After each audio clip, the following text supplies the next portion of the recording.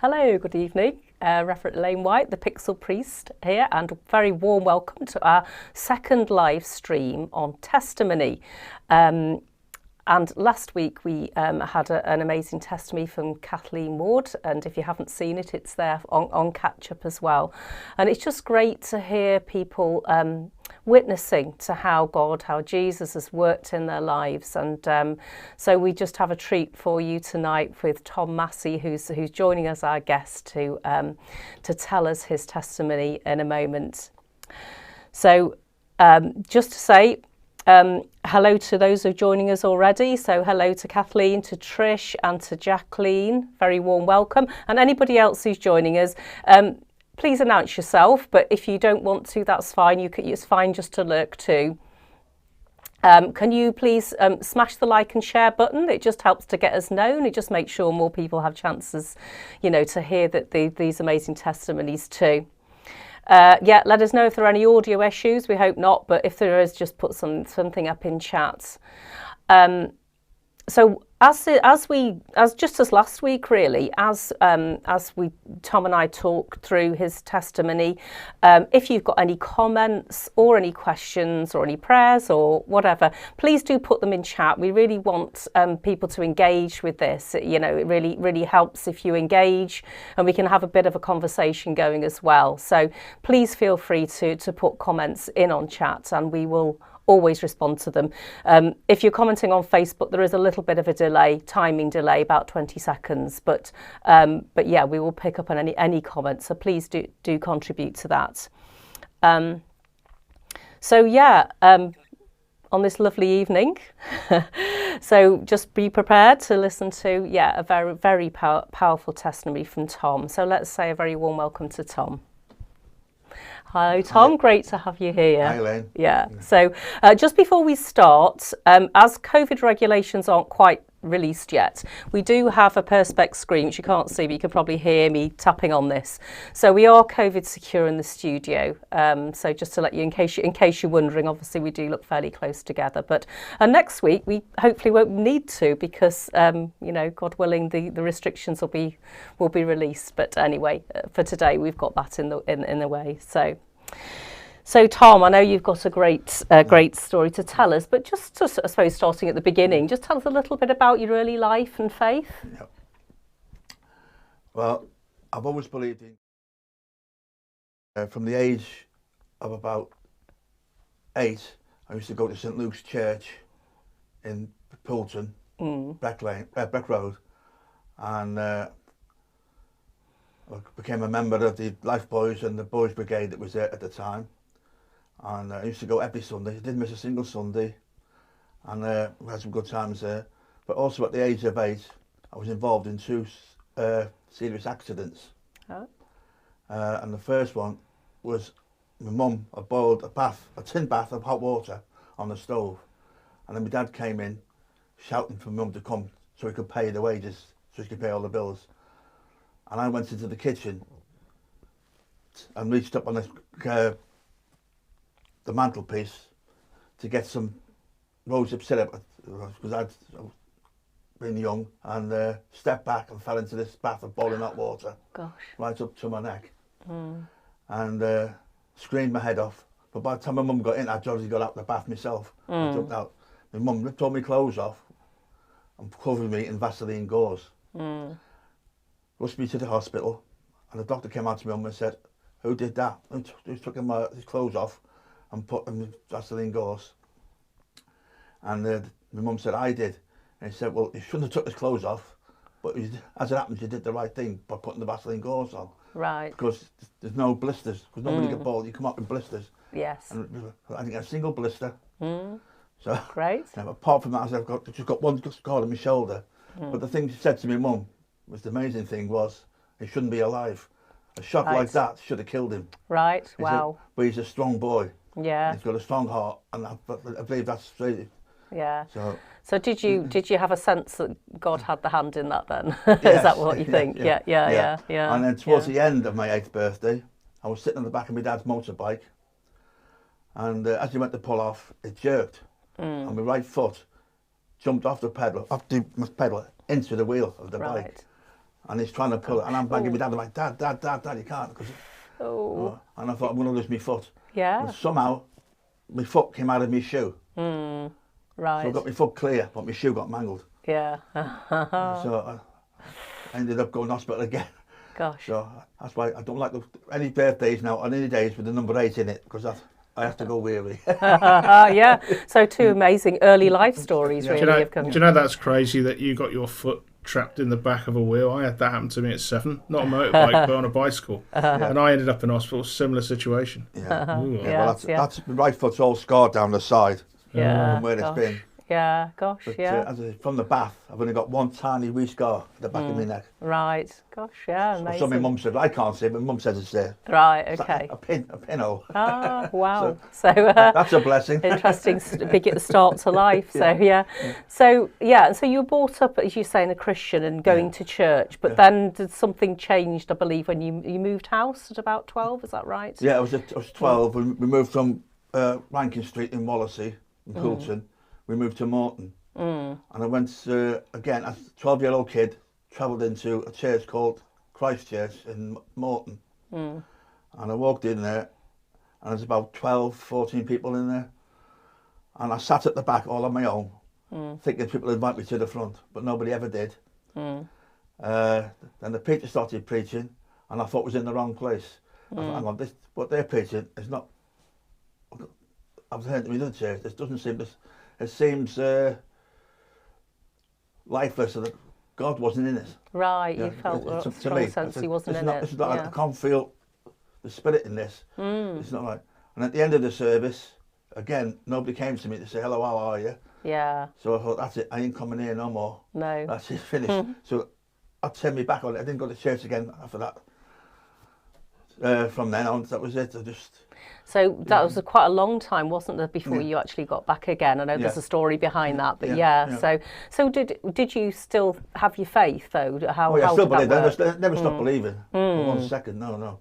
Right. Okay. No, God was always on my heart. Yeah. Good. Yeah. Okay. So to fast forward a little bit. So when you left school, tell us a little bit about sort of what happened there, and sort of I suppose your life really, and how your faith was in that time as well. Well, I left school at the age of 15. Got a job at Cadbury's in the cake factory. Very nice. Making cakes. Lovely. And when we were making the cakes, they said you can take as much as you want.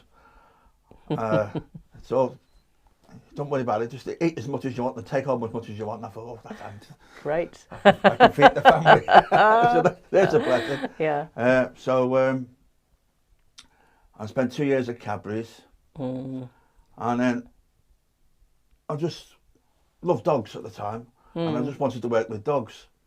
So I thought, the military police sounds a good thing, because they work with dogs, I'd like to work with them. So I go to over to Birkenhead to the recruiting office, just to have a look. And I was looking in the window, seeing all the pictures of all the different regiments, and especially the police with the dogs. So that's it, I like that, I want to do that. When I goes in the actual office, there's only a sergeant there from the Welsh Guards. And I told him what I wanted. And he said, we've got to do an exam. And we'll see how that goes. So I did the exam. And when he come out and said, you haven't got enough points to be a military policeman and work with the dogs, but you can go in the Guards. Right. And so if you just sign here. Oh, right. Yeah, and like a fool, I signed here. Yeah. It's only when I got outside the door, I realised, hang on a minute, you've been done. How have I not got enough points to work with dogs? And I'm a military police, if I can look after the Queen. Yes, big job. Yes, yeah, absolutely. Because you're the Welsh Guardsman, you wanted to recruit me for the Welsh Guards. Yeah. Did that feel like the right thing though, where God was leading you, that the Guards it job? was at the time, Yeah. And then further down the line, after about a year, I've been to my first posting was Northern Ireland, so I wasn't happy with that. Right. Was there lots of that? Was that the time when there was a lot of violence? Yeah. First tour of Ireland, and then we moved from Ireland to 6 months in Northern Ireland, and then we went to Germany, Munster, in Germany, and that's when things started going a bit pear-shaped, shall we say. I was sexually assaulted by somebody in there, which really changed my mindset a little bit. So I thought, that's it, I can't stay in here now, I've got to go. But if I go, I'm not going to tell my parents why I want to come out.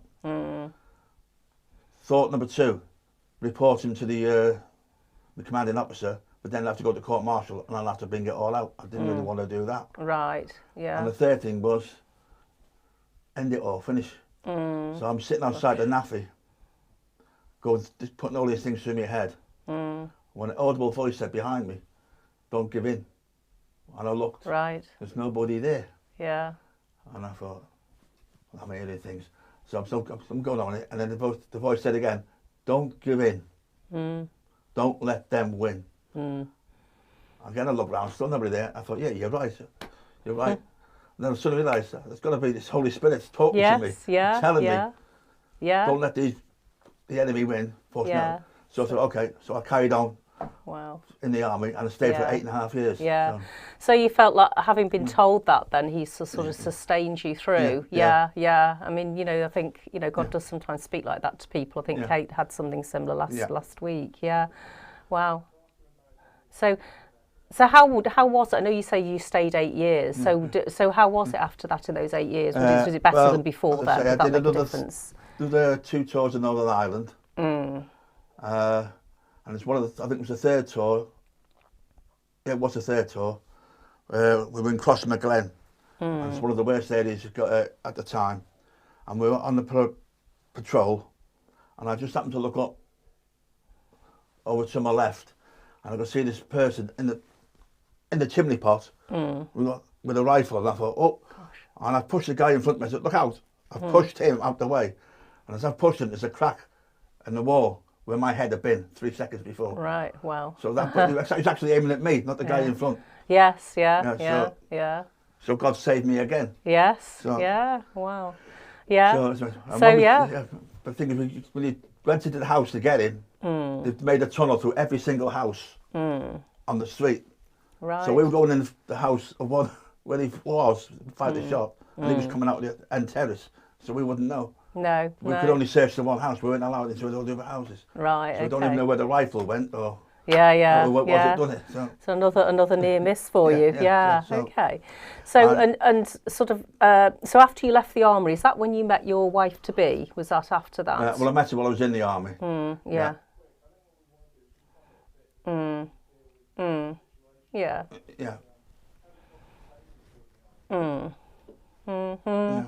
Yeah. As I said, I was in the army when I met the wife. Okay. And, so how did that happen? Was that just like a chance meeting? Went to a discotheque.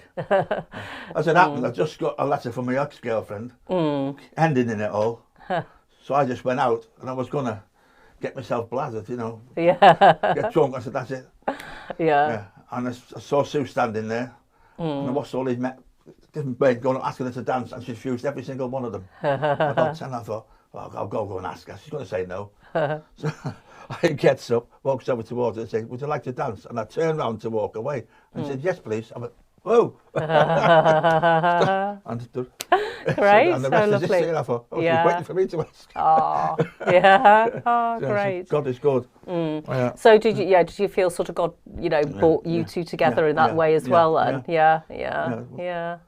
Well, just to see the sick ones as it was. She was refusing. Everybody asked her. She pushed them, well, no, I'm not interested. And then when I went up, she caught me by surprise because I turned to go away, and she said, yes, I'll go. And was Sue a Christian as well? Was she a Christian? Not at the time, no. No, okay, yeah. No. Yeah. I think she believed in God, but not as much as I did. Right, yeah. Sure. Yeah. And anyway, we got married.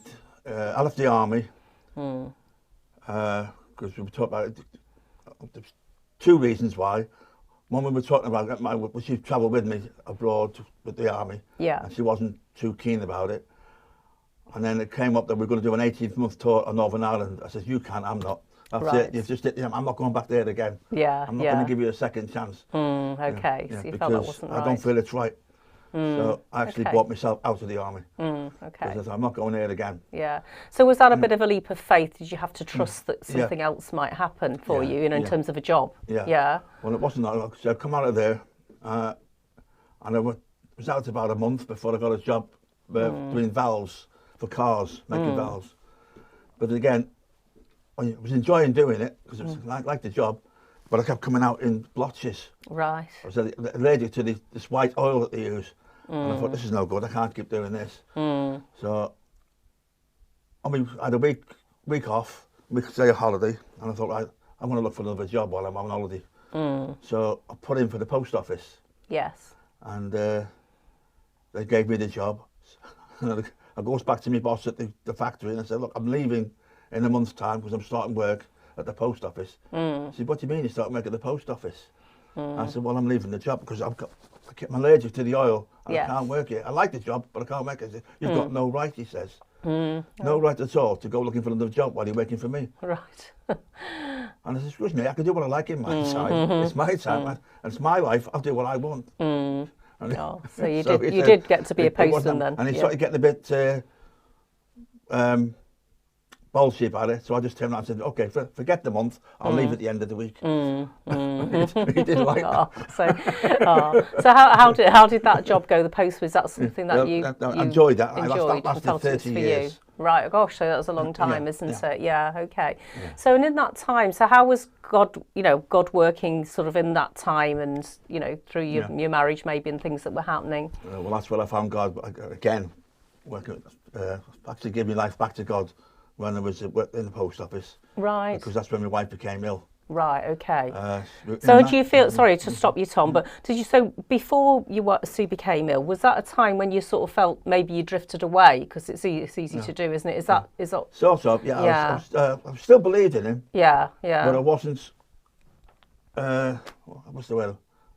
As active, as close as I should have been. Yeah, you didn't have that close a relationship. Been. Yeah, sure. Yeah, so is that in terms of, as you say, Bible reading and prayer, just thinking how big was God in your life at that time? Yeah. So, okay.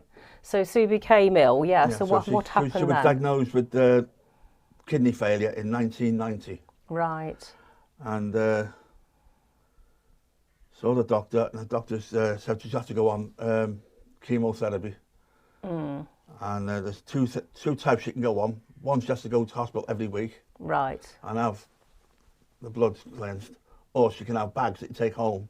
Right. And do a daily one at home. Yes, yeah. So which means she'll put a hole inside the stomach, attached, so it cleans all the blood out. Right. So she opted for that one. So for a year she was doing the bags. And then at 2 o'clock in the morning on I think it was September 92, I get a phone call from the hospital. Get to the hospital, but by 8 o'clock we've got a transplant for you. Oh, right. And I thought, great, woke her up, come on, we've got a kidney for you, let's go. Told the mum and dad, so I've got the kids up, got the mum and dad, and we all went down to the hospital. So got there for half. She had the transplant, and everything seemed to be going all right. And then, about a month afterwards, she was back in hospital because something was wrong. And I was there late at night. I just finished work. I'd gone straight to the hospital. And I was talking to her, and all of a sudden the monitor started going crazy. And I thought, what's happening here? And all the nurses and doctors come in and threw me out. And I thought, I don't like this. No. This is not nice. She's I'm losing her. So I said, well, what should I do? He said, you better go home. I said, can't I stay? He said, no, you go home, look after your kids, and anything untoward happens, we'll call you. Right. I thought, go all the way home to tell them, to get a phone call saying she's passed away. I thought, that's not right. No. But anyway, I goes home, put the kids to bed, and I goes into my bedroom, got down my knees, and I just upped my heart to God. Yeah. I was crying my eyes out, and I just prayed like I never, Lord, don't take her from me.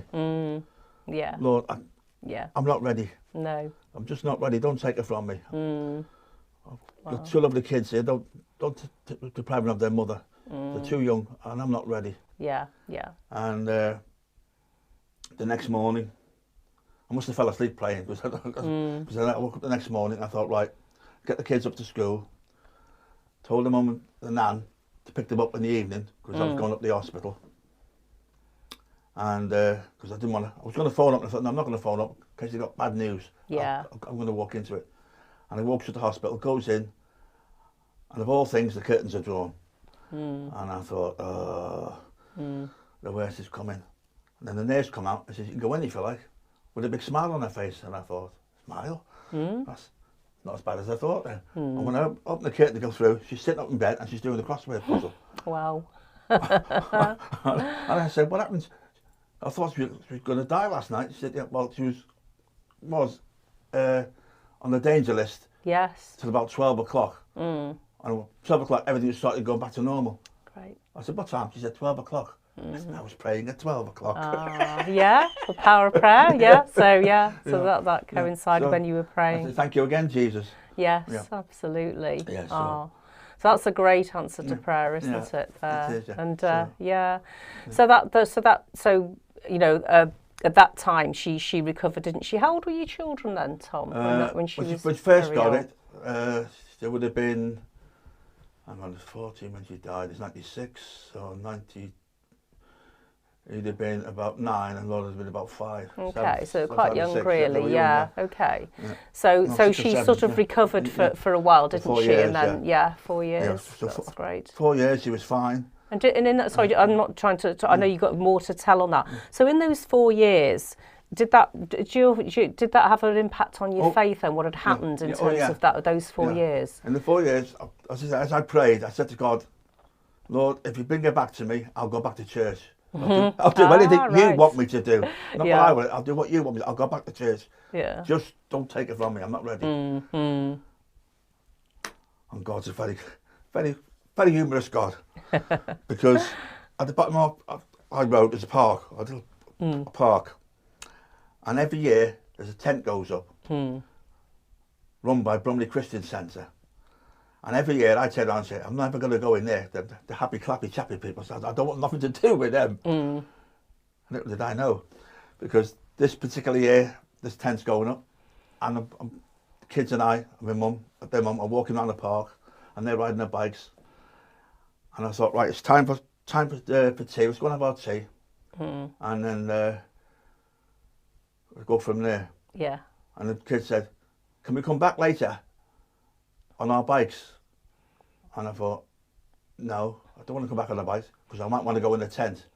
I go, why have I said that? I don't want to go in the tent. Yeah, right. Why do I? So come on. So we had our lunch, our tea rather, and about 5:30, we go back down the park to play football. And then the tent's open at 6 o'clock.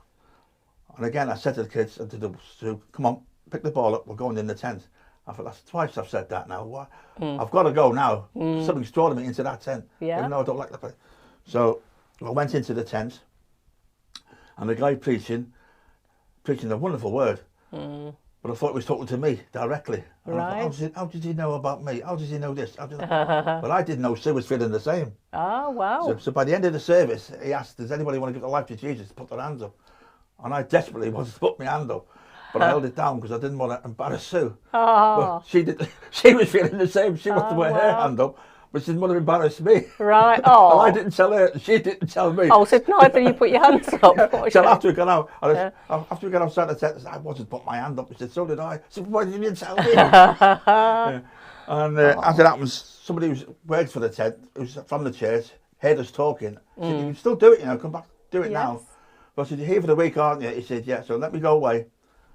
I'll come back on Saturday and I'll see what the week brings. But all week I was convicted. All week I said, you should have gone in. You should have gone in. Yeah. Wow. So on the Saturday we went for the games for the kids. There was games and coffee and tea. So we thought, well, we're going to have a cup of coffee and a cup of tea. You kids can go and play on all the games and all the competitions that are on, and we'll watch. And I'm sitting there, and this chap who spoke to us the Sunday before said, do you still want to give your life to Jesus? And I said, funny you should ask that question. Yes, I do. I've been convicted all week. I want to come back to the Lord. Yeah. Because all week I've just had this feeling. Yeah. I just can't shake it off. That's great. Yeah. So was that like, because I think, so before, you said you brought up a Christian, but did you feel that you'd actually really given your life to Jesus before that point? Or do you think that was like a real turning point Do you know what I mean? Because sometimes you can have faith, but something happens that really makes you open everything to Him. Yeah, I thought I had.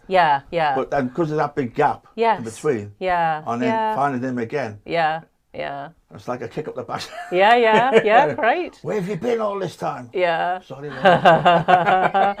So how did that affect you and Sue in your life?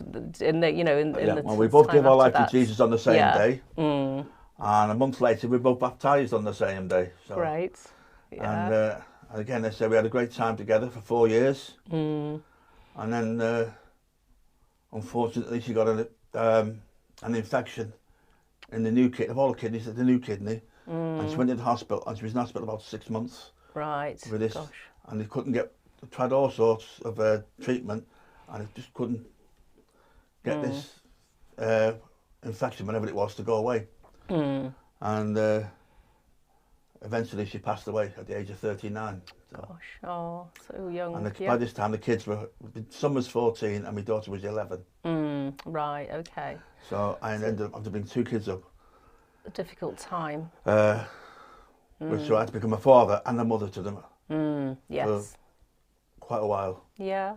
And I wouldn't say it was easy, but I don't think I did a bad job. No, I'm sure you didn't. So sorry, where were you? Were you living in Kent? In Kent at that time? Bromley Okay. In Kent, yeah. So, and how did in this terrible time you obviously went through? So, where was God in that for you? How because it affects people in different ways. How was your faith in that time? It was a Wednesday when my wife died, and I just felt I had to go to church on the Sunday. And all my family would turn around and say, "You can't go to church. You can't go to church." I said, "I can go to church because I know people down in my church are there going to support me. Yes, a comfort. Going to be there for me. I'm not going to sit at home on my own and festering. Yes. Because that's what I'll do. If I just sit here, I'll just fester and I'll go into depression. I'm not having that. So I go to church and I'm sitting there and in the middle of the service, I said a prayer of thanks for the time together we had with Sue. And so I said all the prayer. Then the worship started up, which was for about half an hour. And as soon as the worship started up, the Lord said to me, "Share this." I went, "Pardon? I can't share that." "No way, Lord, can I share that? They think I didn't love her." And God said, "Trust me, share this word." "No, Lord, I can't." And for the whole half an hour, I'm arguing with him, saying, "No, I can't share it." And then it went quiet.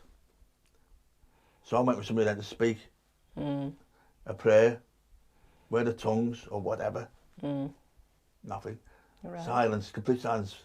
And I thought, that's for me, isn't it? You've done that. I've got to go now. Yes. I've got to go. So I stepped out. And I'll trust you, Lord. I go. And as I went out, the pastor put his hand on my shoulder and said, "Go for it, son." And I'm thinking to me, "How does he know?" Yeah. So when I just get up on the stage, I said, "Okay, you all know my situation, but the Lord's given me a word for the whole church." And it goes, "There's a time to grieve, there's a time to mourn, a time to let go." How long do we grieve? How long do we mourn before we let go?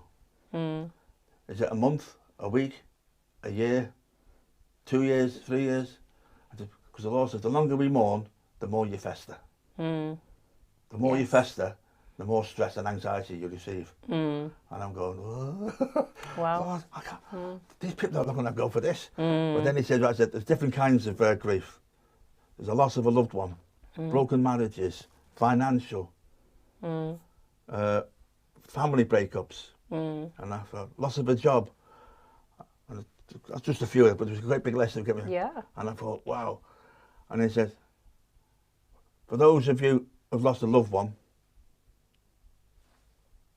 there's a time of mourning and a time to let go. Yes. You have to let go. Yes. Otherwise, you fester. But for those who've had a broken heart through broken marriage, broken family relationships or whatever, you can build bridges. You can restore what you've lost and even more. And I'm thinking, wow, I know where you're going now. So he said, we've got different ways of contacting people now. There's text, there's Facebook, there's, wasn't WhatsApp then, there's all these other different things, telephone, letter, email. Or better still, go and knock on the door. If you're close enough, go and knock on the door and say you forgive them. Please, and if you forgive them, can they forgive you for the things you've said or done? And he says, don't worry if the door slams in your face, the phone goes down on you, you don't answer your email, you don't answer the text, don't worry, because you're right with me. You've done your bit, you've put yourself right. You've gone to, you've forgiven them. Now it's between them and God. Yes, yeah. And it says, about being right with him. and the Lord says, don't worry, some of them will come back to you somewhere down the line and say, why did you phone me or knock on my door or email me all that time ago after all your things that happened? Because I forgive you. Because Jesus loves you, and because Jesus loves you, I love you. And I want to put the record straight. I want to start again, fresh. Yes, yeah. And then you get back. You have to rebuild the trust, of course. Yes, but gosh, so that's important word for the church. Wow. Gosh. And by the time I was finished, there wasn't a dry eye in the place. No, I'm sure. Such an emotional subject as well, and great word.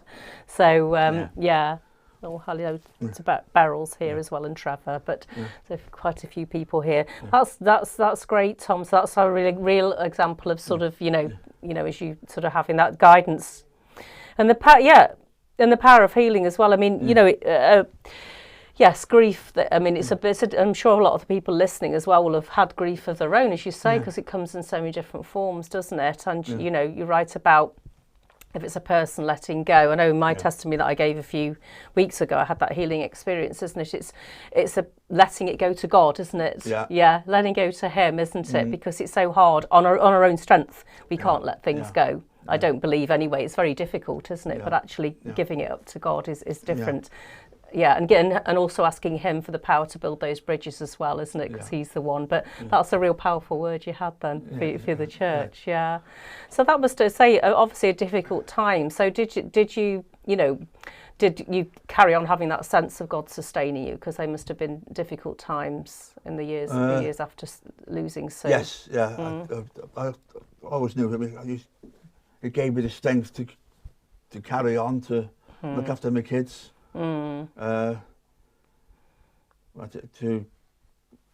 hold down a job, look after my kids, and make sure I had the finances to pay the bills for the house and everything. So he was there.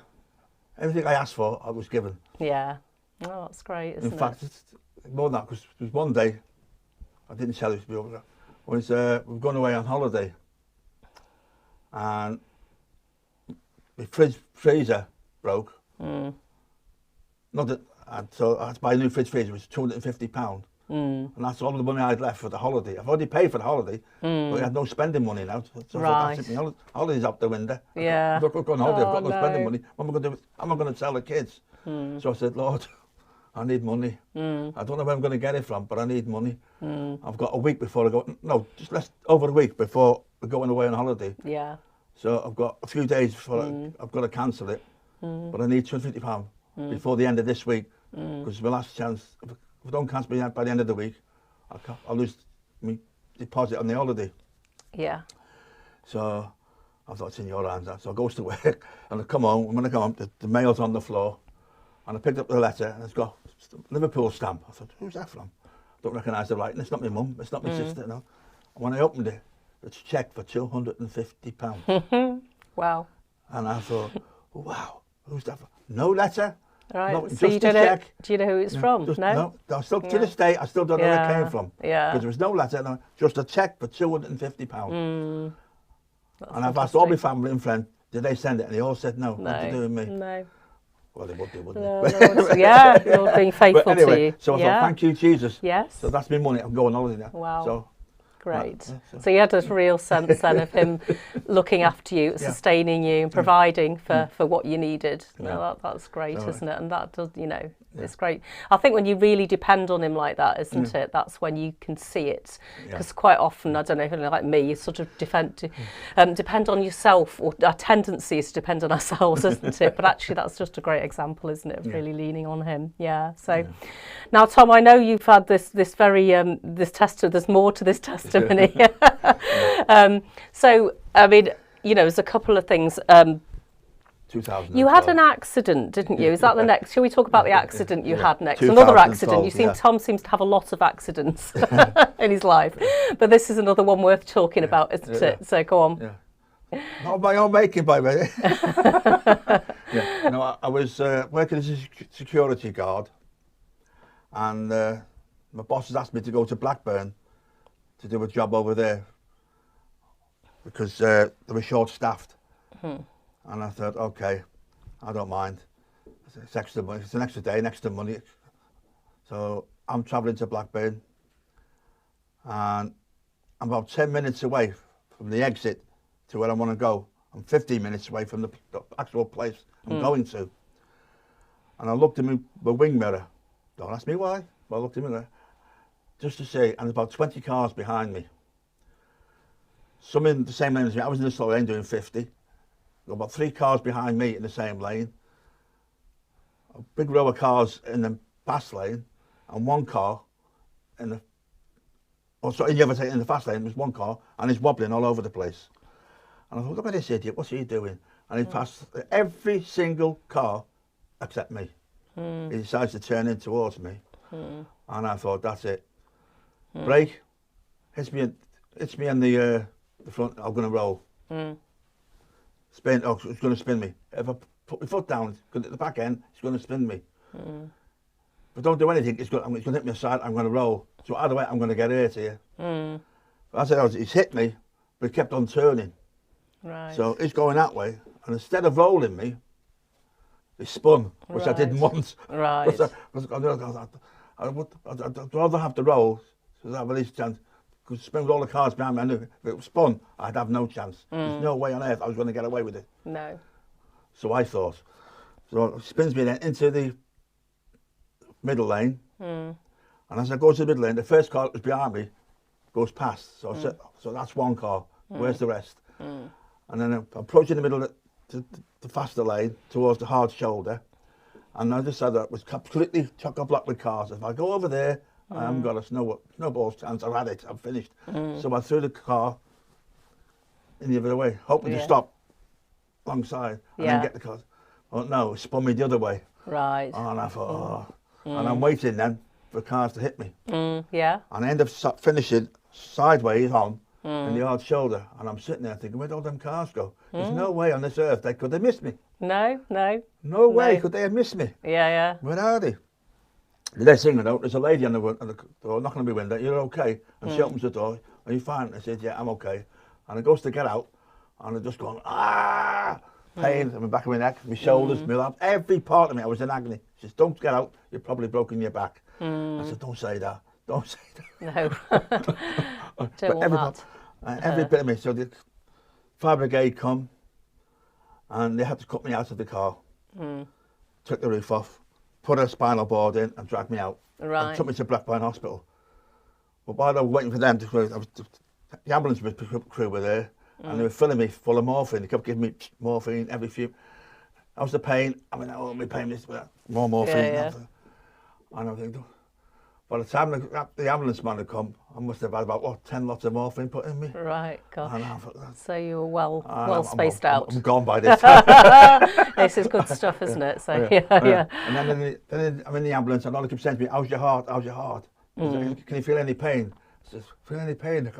I'm not sure, because I'm gone. I don't know. I think there's something there, yes. I mean, it's still beating because I'm talking to you. Yes, I'm still alive. Anyway, but they get me to the hospital, and they took me down to the X-ray, and they took 30 X-rays. X-rayed every part of my body. Yeah. And when they went for the doctor come back and said, right, we've X-rayed you, nothing's broken, you can go. I said, pardon? He said, nothing but you can go. I said, go where? He said, you can go home. I said, I live in Wallasey. I can't go home, I haven't got a car. 2, I'm full of morphine. Yes. I said, 3, I'm in agony with the pain, and I can't hardly walk out because I'm full of morphine. Yeah. Am I supposed to go? Are you going to give me an ambulance to go home? He said, no. Can't give you an ambulance. So you're going to provide a taxi for me? He said, no. I said, well, am I supposed to get home? He said, get yourself a train or a bus. I said, with what? I've only got about £1. I brought that for food. Yeah. For while I'm on my night shift over in the office I was going to. And he said, well, you'll have to make your own way home. I said, well, if I'd listened to him, I'd still be walking home now. Yeah. But as it happens, I'd phoned my daughter in the car to tell her I'd been in an accident. And she told my dad must have told my sister told my brother who lives in Preston, and he came down. Oh, so you got a lift, yeah. So you felt again. that God had saved you again a little bit like the other accidents. Yeah, certainly sounds amazing. So he took me to his house for the night, and then we took me home the following morning. Yeah. Wow. Another saving thing. Yeah, it's just amazing. Sometimes these things happen, isn't it? So, that's great. And I know we talked about Sue passing away and the difficulties of that, but sadly that isn't the end of sort of the sadness in your life, is it really? In terms of, I know you've got another sort of testimony to share about that. In where are we now? 2015, my daughter got diagnosed with leukemia. So we were back and forth to hospital to have, again, treatments for that.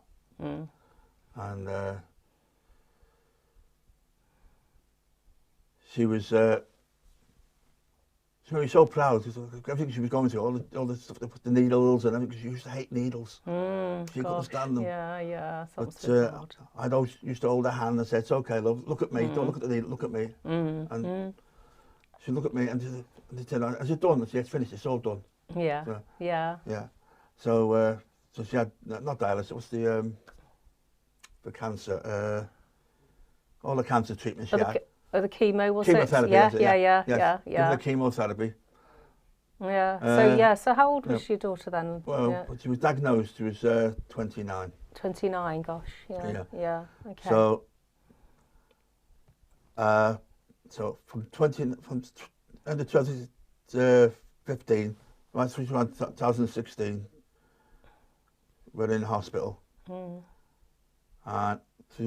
up through to October 2017, actually. But for 18 months, I practically lived in hospital. Yeah. I was practically there. I'd be there from the morning, and I wouldn't leave till late. Or sometimes I'd stay the night. Yes, sure. End up having a shower there, or going home, getting changed, and coming back. Yeah. Because she didn't want me to leave. No. Actually, I didn't want to leave myself. That. No. I'm sure that's important to her. Yeah. So. And then on October the 30th, 2017, she sadly passed away. Gosh. So that's the second time I've gone through this. She was 31. Yeah, 31, gosh. And I thought, no, 20 years after losing my wife, I'm going through the same thing again. Yeah, and it's such a, unimaginable grief, really, for that. Why me, Lord? What have I done to do this? I thought I've done everything I needed to do. Yeah. Why? Because no, very real questions, aren't they? Yeah. And then while I'm sitting there thinking all this, if it's you, Lord, then this wouldn't have happened. I'm starting to go all negative. And the words, but I know the plans I have for you, plans to prosper, not to harm you. And my immediate reaction was, well, come on, Lord. My daughter's just died. It broke my heart. Yeah, absolutely. And didn't you say you had a bit of a picture that you thought that she was not going to die? You thought you had a bit of a picture, didn't you? Before that, there's a friend of mine who's in a wheelchair. And I thought the Lord give me a picture of the friend and Laura both standing on the stage, sharing their testimony of what God had done by healing them. He's at the wheelchair and she's healed from leukemia. Yeah. Only that didn't happen. So again, that makes it hard, doesn't it? That's another thing that put doubts in my mind, and I thought, well, you told me this, and this has happened. Yeah. Have I got this right, or am I? And then I get the words, but I know the plans I have for you, plans to prosper, not to harm you. But you've broke my heart, Lord. You've taken my daughter. Yes. What am I supposed to do? I'm thinking that. My prayer partner comes in. He says, God's just giving me a scripture for you. I said, what's that? But I know the plans I have for you, plans to prosper, not to harm you. But thank you very much. And then 2 minutes later, a nurse come in, doesn't know Jesus. No. Not about. But she knew who I was, and she knew Laura was, because we were trying to convert her, you know. But she comes in, and she says, I'm sorry, Laura, but God knows the plans he has for you, to prosper, not to harm you. And I went, And I'll Wow. ask from a nurse that doesn't even know you, Lord. No, You've no. told me same verse, three Speaking to times you in clearly. 5 minutes. Yeah. You're telling me yeah. now loud and clear. Yeah. I've got to Yeah. just trust you. Yeah. Yeah. Wow. Yeah. So that's just at that key moment you say when you have all those doubts, because it's difficult, isn't it? Particularly when you've got that added thing of thinking that God had told you something different, Yeah. you know, because I think that must happen to a lot of us, you know, when we go, it's hard to discern sometimes. Sometimes I have messages really clear, right, don't we? And other times, particularly when it's something really emotional, it's harder, isn't it, to discern what's us and what is definitely him, isn't it? Yeah. So, but that was just so loud and clear for you, wasn't it? Having those three different sources giving you that same message that you know it was him. So after Laura's passing, you know, did you feel closer to God? Was that, you know, how did you get through that time? That must have been very difficult. No, it's all, well, yeah, I haven't got what God gave me about, he knows the plans for me and everything. And so I thought, okay, I've got to get the funeral out the way and all this. But it's just learning to trust what God's got for you. Yeah. Don't use it as a burden. A lot of people take it as a burden. Look, this happened, and they start grieving and getting things, but they want in their own strength, rather than relying on what God wants you to do. Yes. And so I just put God first. I look, God, you know my situation now. I'm putting you in full control of this, because I don't know what to do. Yeah. But you do. Give me the strength to cope and to do what I have to do. And my poor son, he was broken-hearted. Yeah. Because he's 39 now, so he would have been, when was he 31? 4 years in it, so he's 34, 35. So. Yeah, And so for him, he's lost his mum badly. and his sister, he took hasn't it really he? badly, Yeah. because he still hasn't got it over his mum. And now to lose his sister. That's very hard. Yeah. And the trouble was, 8 months after his daughter died, his wife, or common law wife, lost her brother. Right. He was found dead in his bed. Gosh. 8 months later, so that was another thing on top of it. Yeah, sure. So, yeah. So he's found that difficult. Yeah, so he yeah. found it difficult. He was under stress. And does he have faith to help him, or no, yeah, he doesn't know Jesus. He yeah. did do, but he's backslidden, and I'm still talking to him, trying to get him back. But fortunately, as I say, a few weeks ago, about a month ago, he was talking about taking his own life. And he stayed in the car, and I managed to get hold of him. I've been phoning him for a couple of days and didn't get nothing, but he actually answered the phone. And I said, what's going on? And he told me, he's had enough, he's finished. He's going to pack his job in and he's going to come. I said, no, you're not. And I said, don't do that, don't be so stupid. God doesn't want you to do that. No. He said, there is no God. I said, yes, there is. How do you think I'm still here? Yeah. Remember what I've been through? He saved me from a nasty accident. You've still got your dad. Yeah. And I said, I'm there for you. Yeah. You're not on your own. Yeah. Trust him. But you must let go of the past. That's your problem, son. You must let go of the past. You're hanging on. Yeah. You're still worried about your mum. You're still worried about Laura. Yeah. You've grieved too long. Yeah. You've festered. It's easy to get immersed in it, though, isn't it? Go and see a doctor and ask him to give you grief counselling or something to calm your nerves or something. Sorry, said, I can't. I feel embarrassed. Nothing to feel embarrassed about. There's a lot of people feeling the same issue. Yeah, and that's people don't go to see the doctor or to speak to anybody and end up doing what you're talking about doing. Yeah. So it's important to do that. Go to the doctor and ask him to help you. Yeah. If you can't answer, tell him what you want to know. He'll ask you questions, and then you can answer the questions he's asking you, yes or no or whatever. Yeah, wise advice. Yeah. And then he knows exactly where you're coming from, and he says, "Okay, I'll go." Yeah.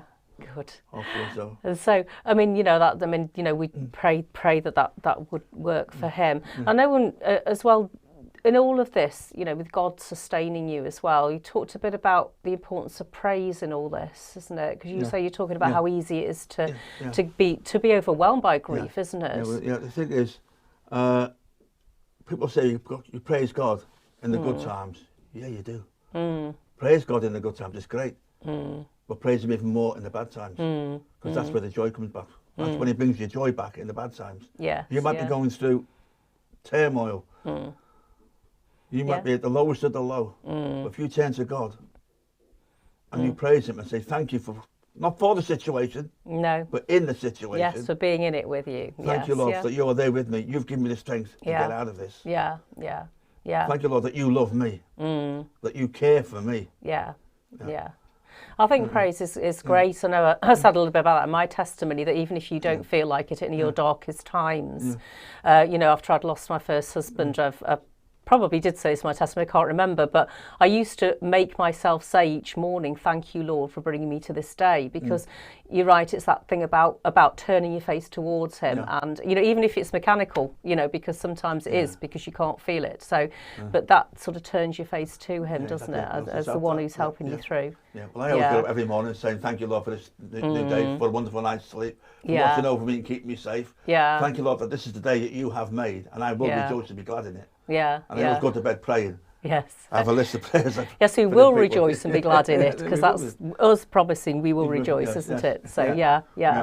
But Tom, he's obviously sustaining you still. I mean, your latest bereavement's really quite recent, isn't it? And he's kept keeping you going, keeping you, faithful. Yeah.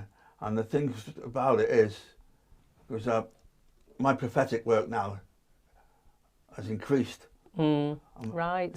Has that happened more recently then, perhaps since Laura? Well, it was prophetic words coming out before, but even more so now. As I say, when I was back in Bromley, go back a bit, was back in Bromley. Yes. God gave me a word for somebody about moving his house. Right. And it was that specific, he even gave me a time, a date, and a day. Yeah. And I'm thinking, hey Lord, you put me out the boat here. I don't mind giving the word, but you give me the time, the date, and the day. Right. Gosh, that's a very specific word. Yes. If that doesn't happen, I'm going to look alright, Charlie. She says, tell him. So it was actually it was my prayer partner that was moving. Right. From Bromley, and Norman, his name was, and he said to me, I can't sell my house. So I said, what? Let's go back to your house, he said, because I've got a word for you. Said, I'm not going to tell you here, because I want to go back to tell the family. So went back to his house, made a coffee, sat down and said, I said, sit down, I've got something to tell you. First of all, take your house off the market. Pardon? Take your house off the market. That's what the Lord just told me to tell you. Okay then. When you take your house on the market, spend the next week trolling around the area you want to move to, looking at houses. When you all fall in love with a house that meets all your needs, put a bid in for it. I said, okay. So I said, I'm not going to say the rest of the word now until after you've done that. I'll give you the rest. So they went out, took the house off the market, spent a couple of days looking for the house, and they got a phone call saying, we've got it. We looked at the house and we fancy it. I said, okay, I'll be round. So I went back round to the house again. I said, okay. You've got the house you want, yeah. You've put a bid in for it, yeah. Right. Now the Lord said, put your house back on the market. He says, yeah. I says, because he says, you're going to be in. This is the best part. You're going to be in on Thursday at 1 o'clock. Yeah.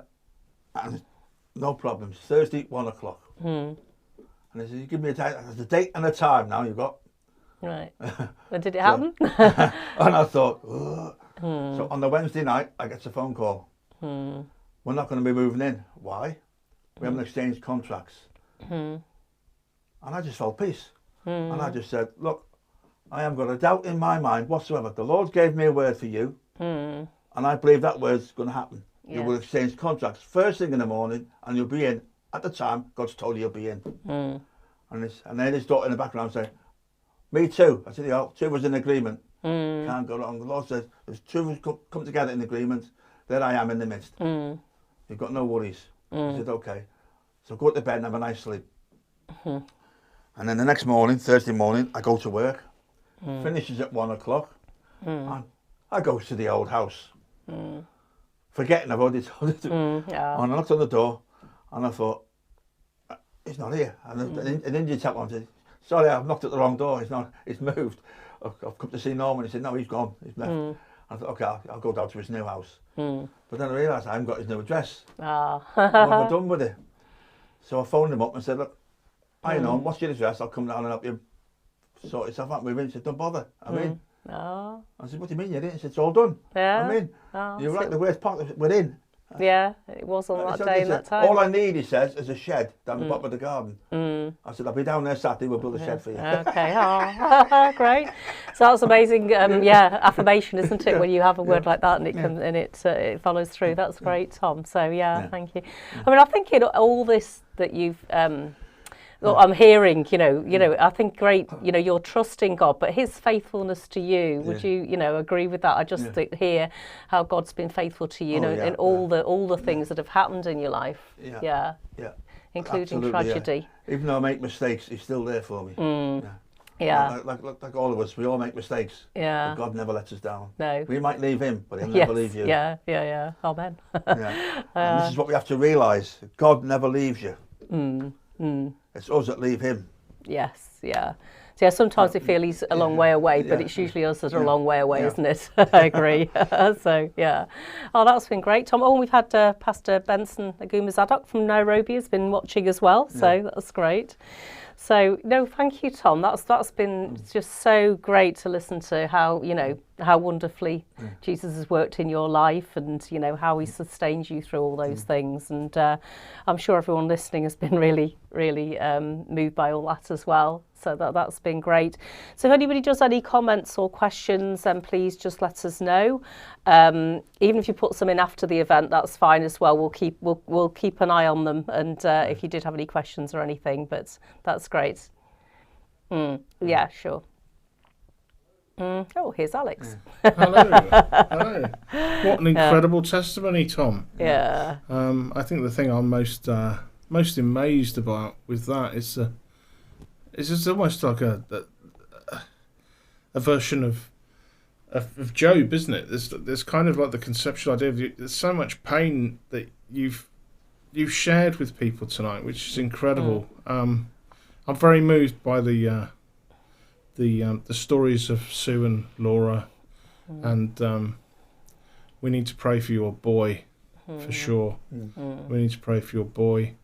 He's struggling now, so anyone out there that prays for Tom's son, that would be very welcome, I think, if he's struggling at the moment. But that's an incredible testimony, Tom. It's very heartfelt, and it just shows the power of your faith, my mate. It really does, and you can see. You can really see the impact of your faith in your life, and I hope that people can see that from that. I'm sure they can. If I can see it, that they'll see just the power of that. It's an incredible testimony. I'm very, very. Oh. Shirley's just got here. Oh. Better late than never, Shirl. She'll catch up later. Yeah, no worries. Yeah, it's a treat. Yes, do watch it later. Okay. So, say for anyone else who's come in later, whatever. Obviously, it's there to look at later as well and ponder. But yeah, I'll just merge back to you guys. You can wrap up, Elaine. Yeah. Okay. So no, thank you so much, Tom. That's been great. And next week we will be bringing you, or somebody will be bringing you another testimony. We say it's just great to hear people's stories, and if there's anybody watching who would like to share their testimony, please just let us know. You can put it in a message on the Pixel Priest or on Wallasey Unleashed Church, or if you look me up on Facebook and my ordinary page, whatever. If you just let me know, then that would be great. Because as I say, I just think it's lovely to hear how Jesus works, because we all have very different stories, don't we, and very different accounts, and it's one way of helping us to learn, I think, about faith and relying on him, what happens when we do. So, So, okay. Well, I think that's everything. So, so thanks, Tom. Really appreciate you coming in. You're and welcome. We'll see everybody next week. It's been a pleasure. Same time, same place. Yeah.